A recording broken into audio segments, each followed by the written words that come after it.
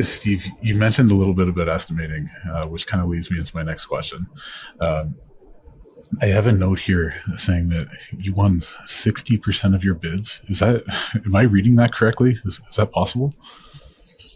Well, keep in mind, bids are one thing. That's can be oftentimes a roll of the dice. And that's why most companies are starting to really get away from this bidding environment, because the real value a company can add as a builder, just keeping on with the talent that I was just talking about on the front end, is being involved early before the design is even halfway baked, and really help guide the decision making and how to really more effectively keep the design, the budget objectives and the design and the projected estimated costs more closely aligned to avoid all those surprises. And, the industry has, to the greatest extent they can, gotten away from the hard bid, because the owner and the designer are doing all of that in more or less a vacuum. Then they get the drawings ready to bid, meaning they've got a permit, shovel ready, and they put it on the street. But, there's no value to be added. And in fact, it just becomes a race to the bottom. Who's going to take it for the least amount of profit?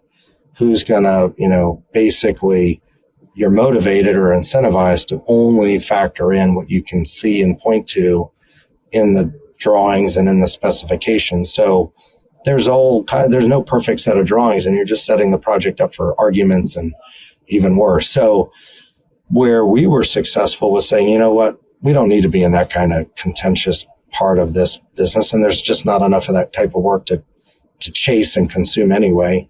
Let's be more, positioned for the collaborative delivery where we can be appreciated for the value that we bring.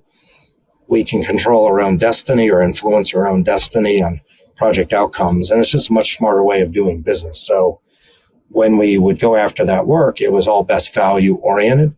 And that's about, do you have the right team? Do you have the right idea? Do you have the right, company wise, do you have the right track record and reputation and experience with that type of building, product type, whatever?